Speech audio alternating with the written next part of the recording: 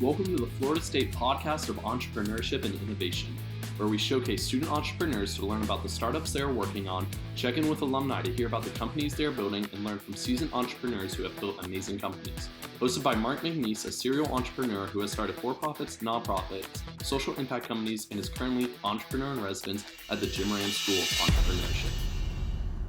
Welcome to the Florida State Podcast of Entrepreneurship and Innovation. I'm McNees, your host, and today we have Ryan Kopisky of Arlome, a product line of AddedLayer, who's joining us with today, a augmented reality startup that was born out of FSU and has gotten some traction. So thanks for coming in today, Ryan. Thanks for having me. So, it's awesome. So tell us a little bit about what you're building and just what is it? What is AR? Let's start with that. What is AR? Sure. So for the folks that don't know what AR is, the most common thing that people associate with AR is Pokemon Go.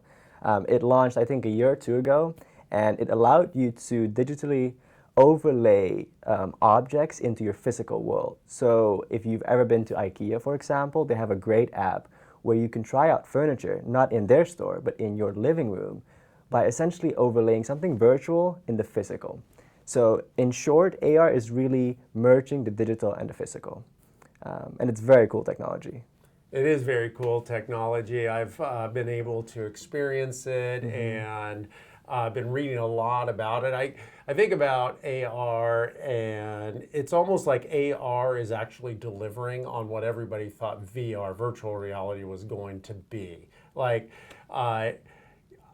it's actually a very great product that can be commercialized. It's very practical, right? You know, like the IKEA example, to be able to have your camera up and in your living room and looking at couches in your house is super cool. Or the video on your website. I love the being able to look at a home and actually put it on your lot and actually see what the view is going to be from a certain room. So that's really cool. So tell me about the company. So really I started AddedLayer while I was at FSU, but doing a PhD, it's really hard to actually combine that with a business. So after I graduated, I decided to take it full time. It started off as a consulting company, so building apps for clients. And since then, I graduated with my PhD in robotics in 2017, August. And since then, the company has grown 400% every single year. Nice. So revenue is doing really well, up to a point where I can now invest back into the company and develop product lines to also do that, because a services-based business such as consulting is great and it makes good money. But I think to really scale, a global company, I think you need to really have your own product lines. And so I also feel much more fulfilled doing that type of work. And so I launched Arlome, which is a product line of AddedLayer. And Arlome is an acronym. It's an acronym, so it's Augmented Reality, Location-Based Media and Experiences. Now, it's a mouthful, I know. Yeah. But I think what augmented reality uniquely does that, maybe VR missed, was it can answer two great questions when it comes to commerce or really marketing. Will it fit and does it look good? So in the term of like IKEA, for example, will the couch fit? That's the most urgent question. And then will it look good in your environment? And what I decided to do was, okay, how can we apply that for architecture? Will it fit? And what does it look like? And so the app that I built, Arlome, allows you to essentially put down a full-size building, so a real-world size building on a lot, and look at it, make sure it looks good in an environment, make sure it really fits, especially, for example, in a place like Tallahassee, where historical context is really important, that you want to preserve that. And so, what's happening, for example, at Cascades, you could literally just overlay the building there and see, okay, this meshes well with the environment, our nature is preserved. And so being able to visualize that is really valuable, but also you can actually go walk inside of that building and see what the view would be like, inside the building. Yeah, I love that. When I was watching your demo video on that, it was just really cool. I was like, how could an architect not use this product? Like, if they're not using it, they're so far behind. Yeah, so I'm actually working with a few architecture firms already it's not any revenue yet, but we're working to do some case studies because this is very new. Yes, IKEA has it, Warby Parker has an app where you can overlay glasses, but to do it at a scale of architecture, there's many moving components and the budgets are much larger. So coming up with a business model for it takes some time. But the most important part is when you design a building, there's many components inside of that design. The plumbing, the electricity, all the wiring.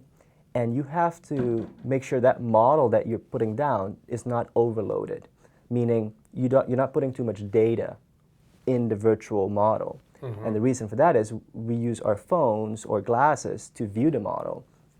And those have limited resources. They have limited battery, the CPU is limited, the memory is limited. And so what I'm seeing currently with the architects I'm working with 4 architects already, 2 local and 2 actually in South America, is that their models are so dense and so detailed that the devices just can't handle it. And so it's a remarkable technology, but what the company now is really solving is to make it super easy for architects to just export their model and view it on site.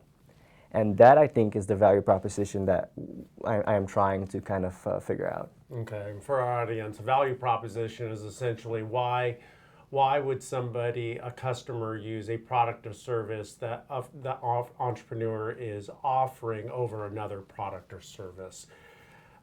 So what really caught my attention and why I invited you on the podcast was every example that I've seen of AR so far, I would say, is very straightforward, very practical applications like IKEA or wearing what does these glasses look on me?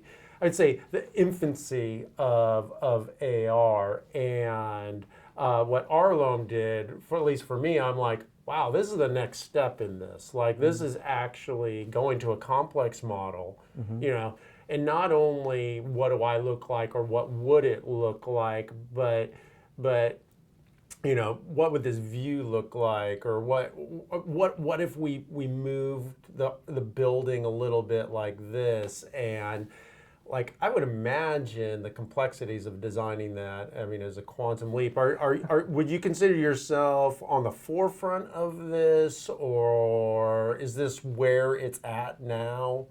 Oh no, it's so the comment. Yeah, so the current state of the art is we're really on the bleeding edge, and we're also noticing that. So brief to go back to the complexity, just to kind of visualize how complex it actually is. Our mobile devices, so an iPad that one would use, can really handle a model, and I'm going to try to be as simple as possible, of 200. Thank you, I appreciate that. Yeah, so of 200,000 data points. Okay. So we can only really render, because we have to render the building, the virtual building, about 60 times every second. Right. And so we can only really handle, really the max is 200,000 data points. Most models that architects give me on average have 6 million. Oh. So it's not, just quickly changing Right. something. It's really, we have to change the way we model, or at least export models where we can actually render it. But I see it as a tremendous shift in their workflow. So my goal from the start was always to not have a novelty where you just slap it on at the end and just charge $1,000 for it. Right. But to really fundamentally change the workflow of how architects and construction engineers work. And so what currently happens is, they talk to the client, they build a proposal, they do the sketches, and there's like a back and forth, and they usually end up with a model, a 3D model that is sometimes rendered as a video, or images that look really realistic, but then it's handed off as 2D, like an image, or a video that you just watch. Right. And I think where AR uniquely adds value is being able to almost feel it. When you're walking through the building, when I made that demo video, I blew my own mind, because I was like, oh my God, I'm walking through a digital building. Yeah, it was great. And you feel it. The reason why that's important. And what's cool, I'm sorry, go Sure. ahead. No, I mean the digital building, but seeing it in the real world, is incredible. It is, and I think the reason why that's valuable and architects are willing to pay a lot of money for that is, they're still trying to sell something. They're still trying to sell their firm and their design to the client or stakeholder. And so what I've really built is an AR marketing tool. And that's also why IKEA built their tool, is if you can see a couch in your living room. Not a couch, your couch. Your couch, your next couch. It fits well, it looks beautiful. You're much more likely to press buy at that time than looking online and say, will it fit? Right. And then what you have will it actually look like? And then, I know like AR, it's like, you can take a picture of your living room and then just put like a, this lady is like, okay, that's nice, but you still, the scale's wrong. You don't get to look at it from different angles. It's just different, right? Yeah, it's not the same. And I think what AR has done, and you mentioned it, so AR is more utility practical focused. What AR has done is really shorten the purchase cycle for expensive type purchases like a couch. Yeah. But I think it can also be applied to architecture, where if you have stakeholders, absolutely, you can shorten the cycle where they can really feel what a building will be like. So, where I think the beauty would be for an architect is actually going out with the iPad or whatever, the tablet, and going onto the person's lot and being able to show that. But that's not always possible. Is AR, would you be able to do basically a 3D camera of the lot and then overlay the AR? Is that? Yeah, that's perfectly possible. So you can actually fly over a drone, and there's software that you can use for that. Drone Deploy actually has really good software. You can automate the drone to just fly, map it out, and you can essentially then overlay the model onto it. But you don't actually have to go to that specific lot. You just have to go to a lot. So you can go to a parking lot and just view a building. Now, one other market that I'm experimenting with is model home builders, where usually what they have to do is they have to build the model home for people to then buy, and then they build it. You don't have to. Yeah. They can just look at it on their phone, walk through it, and then buy. And so, and theoretically furnish it. Yeah, so you can furnish it. So the actual demo video that I showed had like a bed in the cabin. It was a small cabin, right? But it had a bed and it had like a fire pit.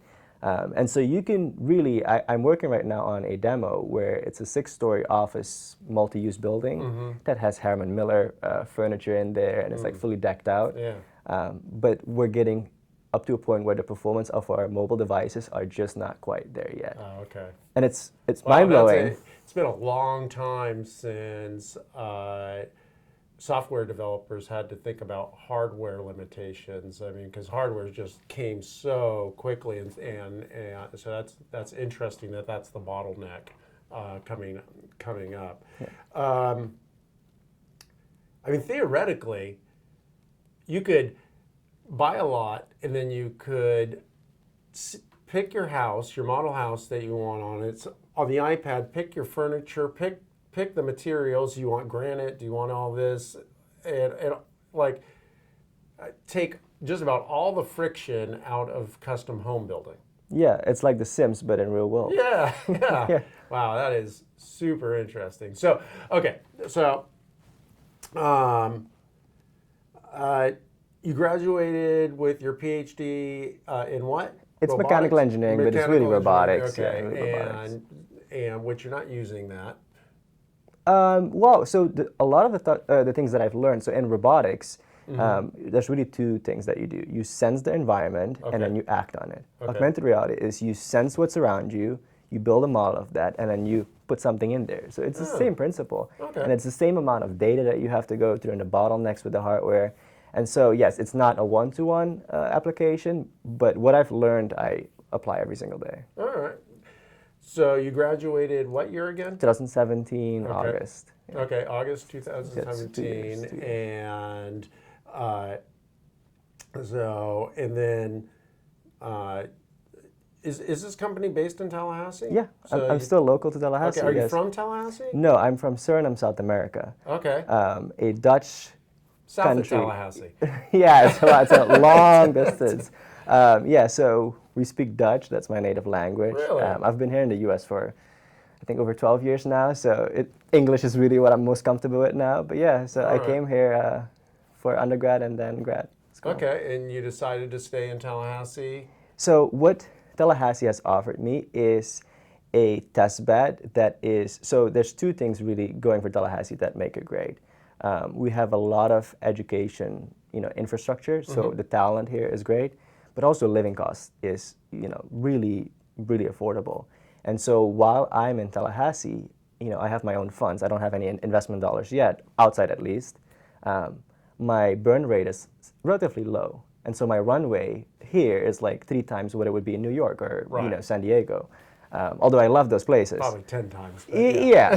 So I think Tallahassee offers a great launch pad for companies that are working on things that don't quite make revenue on day one. And the living cost is really good here. So. Yeah, absolutely. So you mentioned outside investment. Are you looking for angels right now, or you're not ready for that? I see investment dollars for 2 things, or investors really for 2 things: to buy you speed and to buy you a network and knowledge. The speed would be great because I would be able to add more engineers, and the network is important. So, if the right opportunity would present itself, I would definitely jump on that. But right now, I'm self-funded. The business is doing well enough where I can pour that in. But it didn't start off that way. I mean, graduating and then not having a job when your friends are making, $500,000 at Google. Right. Like, that's terrifying and overwhelming. So I don't think it's for everyone. But if you feel like you want to go, surf a different wave, I think entrepreneurship, it's an exciting ride, but very difficult one. How did your friends and family respond to your decision? Have they been supportive? Have they been like, you're crazy? So it's funny. My dad was with one company, was the CEO of a company, I think for 10 to 15 years. So he's more of kind of like the old generation where you stick with a company. But then he changed his mind and became an entrepreneur, and is now a consultant back home. He wrote the energy laws of the country. Oh, wow. So he's very entrepreneurial, but at a late stage. I always knew I kind of wanted to do something different. It can still be within a company, but to kind of be a different asset, a different value. So even at my time during my PhD at FSU, I always wanted to add value in a unique way. And so, I redid the website of our lab and made it super modern and responsive. There's always something, I want to add my special touch to things.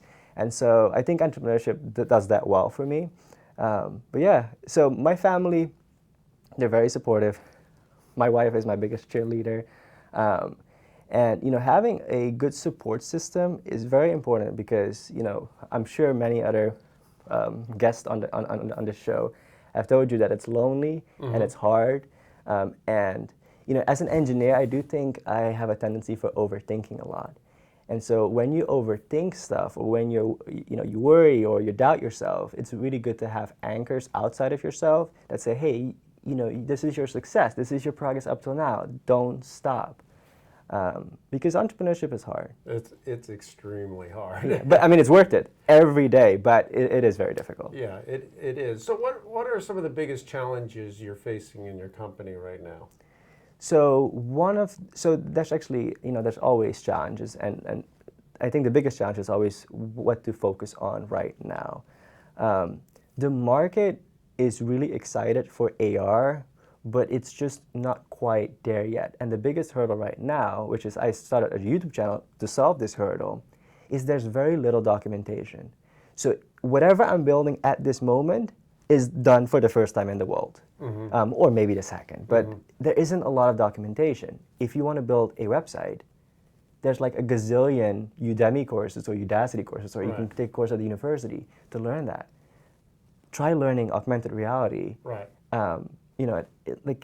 Yes, there are courses, but it's very trivial. It's, placing a chair in the space, or, doing simple things. But when you're dealing with real world applications, there is no prior experience or knowledge. And so having done a PhD at FSU, with robotics and working on a state of the art, that kind of prepared me for pioneering things. And FSU does that every single day, and now I do that for my own business. But that's the hard part. There is no documentation. How many people on your team right now? So for the AR part, it's just myself. Okay. For AddedLayer, it really depends on the project. I have my network of people that I like to hire as contractors, especially since now I'm transitioning from services more into product-based business. Having a full team at overhead would just be too much risk because I need to be very lean, and be able to pivot, Right. transition the business from one idea to the other. And so, the most I've ever worked with is a team of 5. Okay. Because in software, you actually don't need a lot of people. Right. You need a designer, you need a developer, maybe you need a marketer, and you can do, major scale projects with a very small team. How are you doing business development? So business development, that's actually one of the biggest struggles for really any engineer or developer is marketing and business development. I've never had a business course. Okay. Seriously, I've never had it. So growing the business was really kind of, trying something, failing, and then succeeding. But there are a lot of resources for folks. There's online courses now that teach you how to do financial modeling. To actually do all of that. And if I were to redo what I did, so if I were to speak to myself 5 years ago, I would literally take an entrepreneurship class at FSU. Yeah. The funny thing is, back then when I joined FSU, the infrastructure in Tallahassee wasn't what it is right now. Oh, So it's people, growing so fast. entrepreneurs right now have it so much better, and they should really take advantage of that. The JMI School of Entrepreneurship didn't exist. Right. It was nothing. DOMI didn't exist. Right. So the infrastructure, 10 years ago, being an entrepreneur meant you were jobless. Now it's something admirable. Right. And so, and I'm not that old, but, I'm getting close to being 30. And so the infrastructure right now that students have, incoming students, is phenomenal. That's what I keep on saying. So when we sold our family business and I moved here a little over 15 years ago to be an entrepreneur, it was just like people didn't understand it and things like that. It's been so interesting to me really in the last 5 years where entrepreneurship, like being an entrepreneur is like being a rock star. Like people are like, just like, wow, this is actually a real thing. And it's been really fun for me being an entrepreneur who was able to be part of a college startup with the Moran College and like being part of the ideation process and using all the skills that I've learned in business school in the marketplace on how to build companies and build teams and things like that and put it in this. And then now being able to connect with entrepreneurs like yourself and like have these conversations and but it's always interesting to me, and this is one of the things that I think there's been a lot of growth at FSU is cross-pollination of the basically what they call interdisciplinary, kind of like, we just had, do you know who Floema is?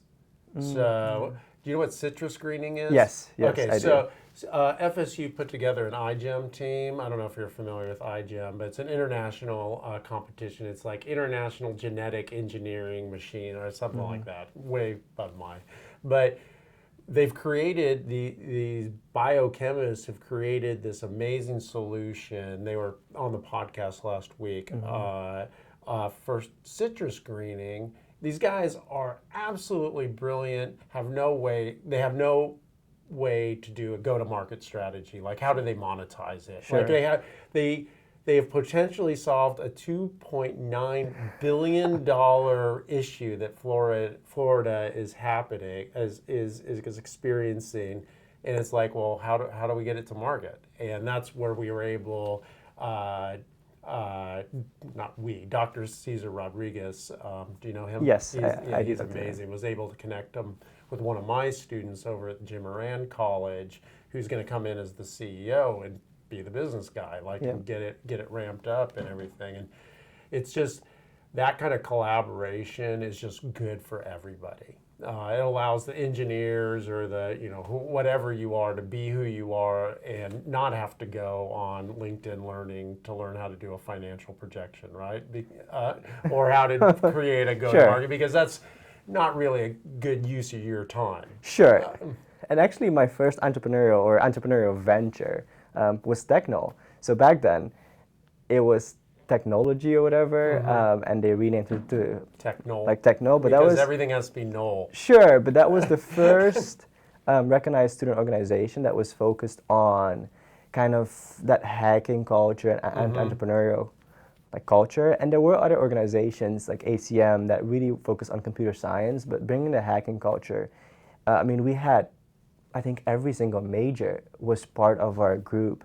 And now they are the ones that do Hack FSU. Okay. And so that's something I started, when I was like, I think first year of PhD. But I saw a need of bringing all these different minds together and having them just build cool stuff. Now the game is different. I mean, they do Hack FSU every year, and I think it's like 500 people from all over Florida just come here. I mean, I had like 5 people. So it's remarkable what happened in these past 5 years. And, FSU, JMI, and even external organizations like DOMI, they really changed the game. Yeah. Were you in DOMI at all? Yeah, so I was one of their first companies. So way back, I was working on a Google Glass application called ShopX that allowed you to essentially by voice create your shopping list. And when you were in store, it would help you navigate the aisles because it knew the layout of the aisles. And so kind of like a GPS for grocery shopping. And the inspiration for that was, I was in Publix before I founded that app, and I saw this pregnant lady pushing her cart with her stomach while holding a kid and her phone on a shopping list. I'm like, there has to be a better way, come on. And with Google Glass, it would be hands-free, so you would look at it and it would turn up, and it would speak to you and say, what you have to buy. And so that's when I started my augmented reality journey, which is, I think, now 7 or 8 years ago. Wow. And so I've been doing AR for a very long time, and people now think, now it's becoming a sexy thing, so everyone's trying to jump in on it. Yeah, but it's been around for a very long time, even before I started on it. 20, 30 years. But I think right now we are at a point where, mobile phones are now so powerful, and the software right now is also so capable that a lot more people can build AR experiences.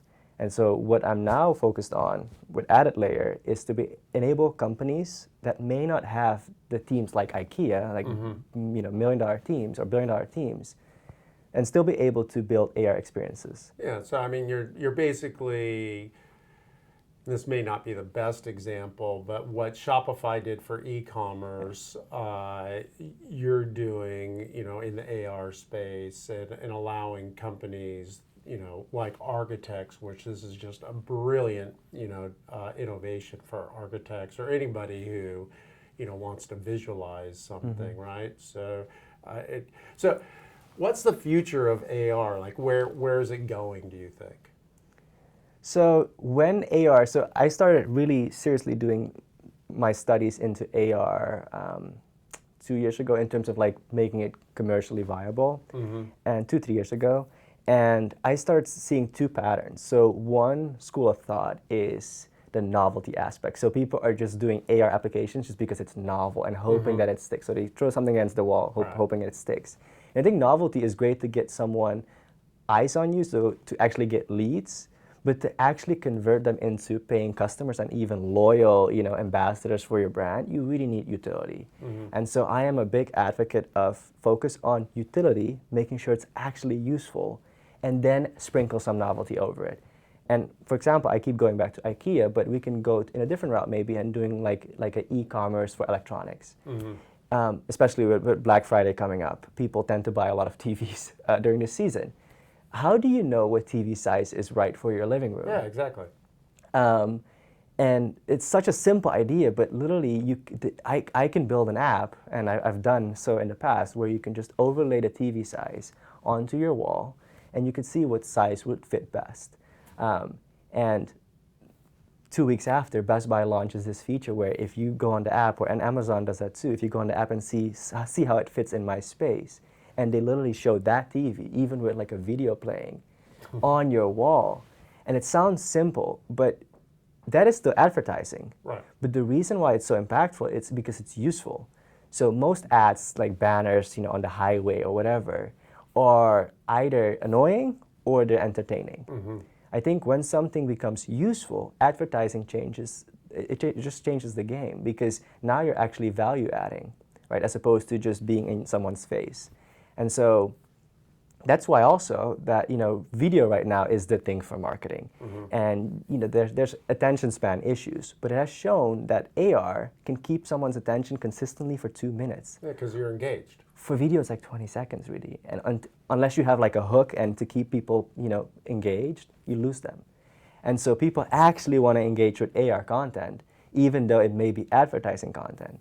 And so I think the utility aspect of AR, I haven't seen that. And also the engagement and the emotional interaction that you have, I haven't seen that with any medium in terms of the marketing side of things. I haven't seen it with any other medium as opposed to just with AR. And VR also missed the boat on that, I think. Yeah,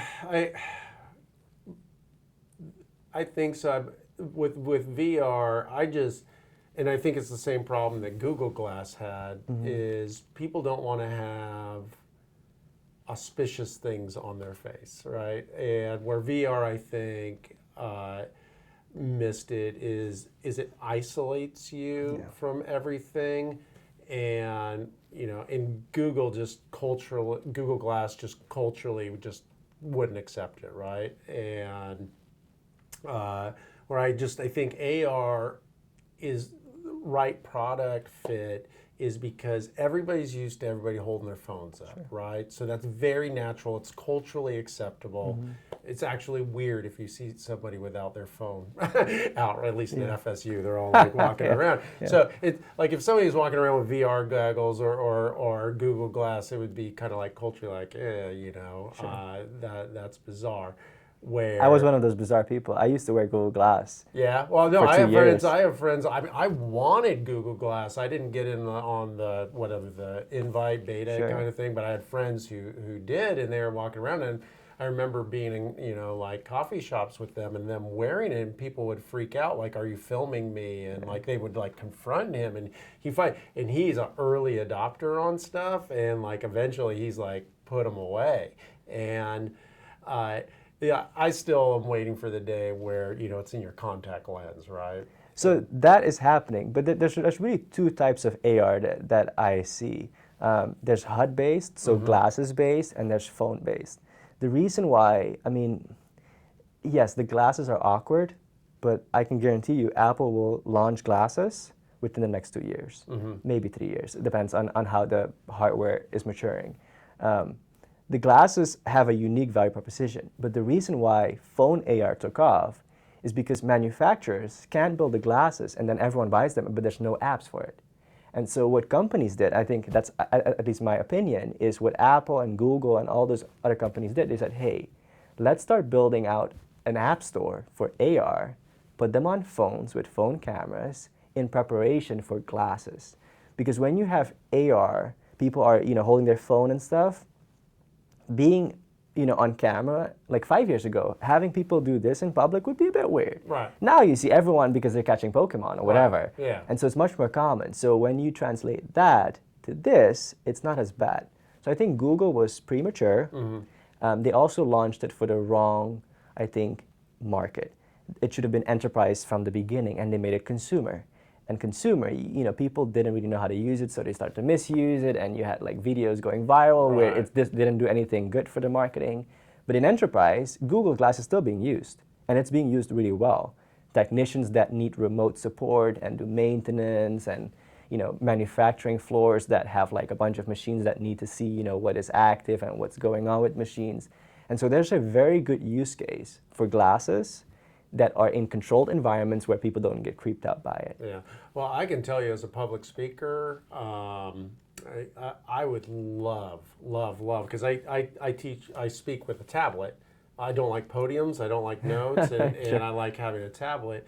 And if I could be freed from the tablet and actually see my notes, like even, with the glasses or best case scenario context, right? Like for me personally, that would be amazing application. Well, we're at a university, so we have to be careful with seeing notes on glasses because that's a problem when test taking. Yeah. So, but yes, that application, it'll make such a big difference for anyone really wanting to, present or even follow a specific like set of steps, like a technician, cooks that learn how to cook, like all of that. Yeah, you think it, I mean, just there's so many applications. But I mean, technology, especially education, has to respond to technology. I remember when I was a kid, and you probably never, but there was a calculator watch that came out. A Casio, whatever. I got one of those, and they made me take it off. I couldn't wear it to school. Of course. Like, can you imagine, like, if somebody walked into FSU with a calculator watch? One, probably, like, people are like, what's that? And like, that's pretty cool. but like, nobody's going to tell you to take your calculator watch off. I mean, or not bring your phone to school. I mean, just technology has just integrated in our life. There's an article out actually right now that this tech blogger tried to break up with Google and had a app or something that would block everything Google. If anybody on their website had like Google Analytics on it, she couldn't see it or anything. She couldn't do it. Like, I mean, there was like the internet became, and technology became useless. Like Google is like so intertwined in our lives, and we like in so many ways that we don't even know, right? Yeah, I mean, So right now, you can always fight technology, and maybe we can be more mindful as to how we use technology, but it's so integrated into our lives. And AR is maybe still a novelty for most people. For me, I already see it as part of my life. That's why I exclusively now develop for AR. I do some other apps on the side for clients, but AR is now my main business focus. And I think, you asking the future of AR, I think commerce is the first one to actually benefit tremendously. Yeah, it's huge. But even other industries, like for example, movie trailers, right? Right now, if we have like a movie previews, you see it at a theater. But say, for example, you have this Star Wars movie, and you can literally see a ship flying over the stadium as a movie trailer. I mean, that is just next level. Yeah, that's super cool. Yeah, and so there are many practical and even entertaining applications of AR that will change the game, especially for commerce and marketing. Wow. So, during your time at FSU, did you only do your PhD at FSU? Yeah, so for my undergrad, I went to FAMU, and then I came to FSU for my grad school. All right. Yeah. So you already talked about how your program helped you with the AR. Sure. Do you think like FSU helped prepare you for what you're doing now? And was there any faculty or staff like that stood out that like really encouraged you on your journey? Yeah, of course. I mean, so I think education is changing as a model, but I think one of the most valuable things that every university still offers is almost a risk-free ticket to experiment and meet a bunch of different people. And so, being on a campus with, what is the number of students now? What's 50,000 or something, 60,000? I don't know. A lot. Have all those different minds come together was a tremendous opportunity. I mean, I met so many cool people. Some people that I know at Apple right now, Google, all the big companies are actual Techno members. So that was a great opportunity. And even, the infrastructure when I first joined, until I graduated, that changed like tremendously. So now I think it's called the Innovation Lab. So Ken Baldoff, I mean, he's a champion of that innovation mindset and hacker mindset. And when I first met him, he was, I think, the director of PIC, and there was no space where people could go and 3D print something awesome or spend time in VR. And now they have like a full lab doing that. The JMI school, that wasn't existing there. So Randy and Wendy, it was I think, a very small room in the business school. Now it's a its own dedicated building. Yeah, no, it's beautiful. So we have a lot of champions at FSU that believe in entrepreneurship and especially also the hacker culture before they actually saw the ROI. And I think that's what's valuable, to kind of see ahead without actually having like the actual fruits of it yet.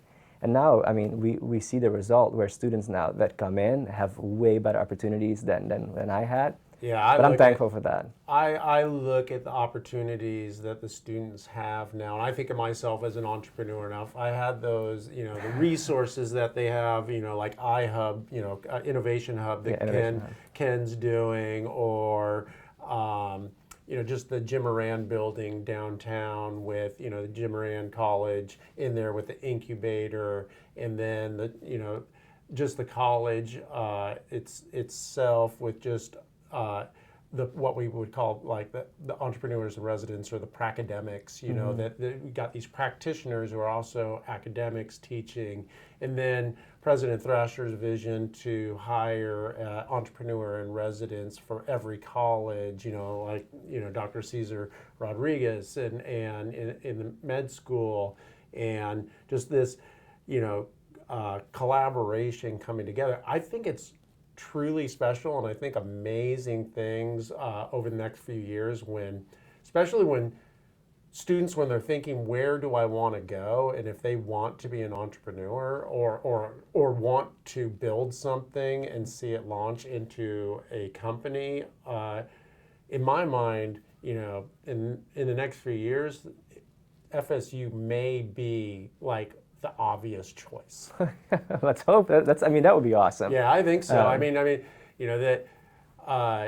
There's great schools out there and everything, but I think something truly is special, like starting to come together here. I think you bring up a good point. So, when you think of the old school entrepreneurship school, you maybe have like Stanford in your mind. But the problem with Stanford is it's so expensive to live there. Yeah. And so when you have world-class education in Tallahassee with the combined living cost of Tallahassee, it makes sense. And it's not only FSU too. I mean, the city of Tallahassee has embraced entrepreneurship. Yeah. And then you have things like Domi Station, and then the co-working spaces, and just the entrepreneurial ecosystem is just really finally getting its stride here, and it's really exciting. So. Well, so what's next? What's the next year, 2 years, whatever look like for you? Sure. So the next 6 months for me are, I'll just say 6 months and okay, that's fine. So short term, what I'm working on right now is trying to figure out with some architects on how we can make it work for them, where it's not a burden to create these 3D models that are compliant for AR. So hashing that out. Potentially speaking to investors to make sure, okay, how can we scale this quickly so we can roll out a solution? Because the goal is to build a, major company or product at least on this. And then the other part of this is also being able to educate a new generation of developers and creators for AR. So right now, there are some courses, but when you're trying to do state-of-the-art, there's nothing really guiding you. So I am working on a YouTube channel for myself that kind of teaches state-of-the-art. So if you want to learn something super easy in AR, there's a gazillion courses you can find.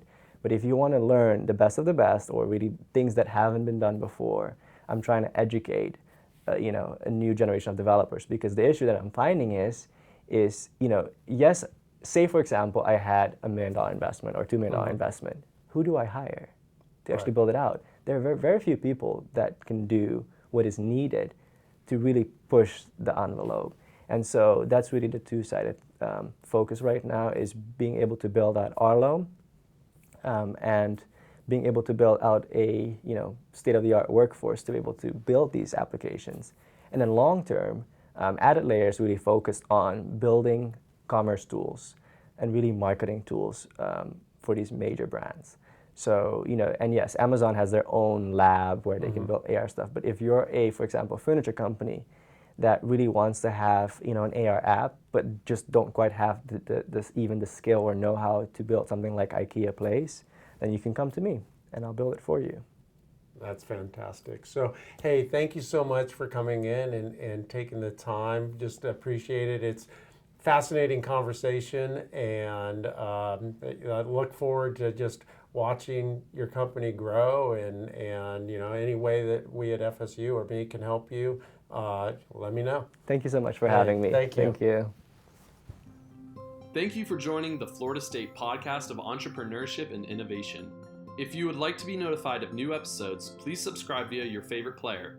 Also, if you like the podcast, please take the time to share it on social media, give it a 5-star rating, and review it on iTunes, Stitcher, Spotify, YouTube, or wherever else you enjoy your podcasts.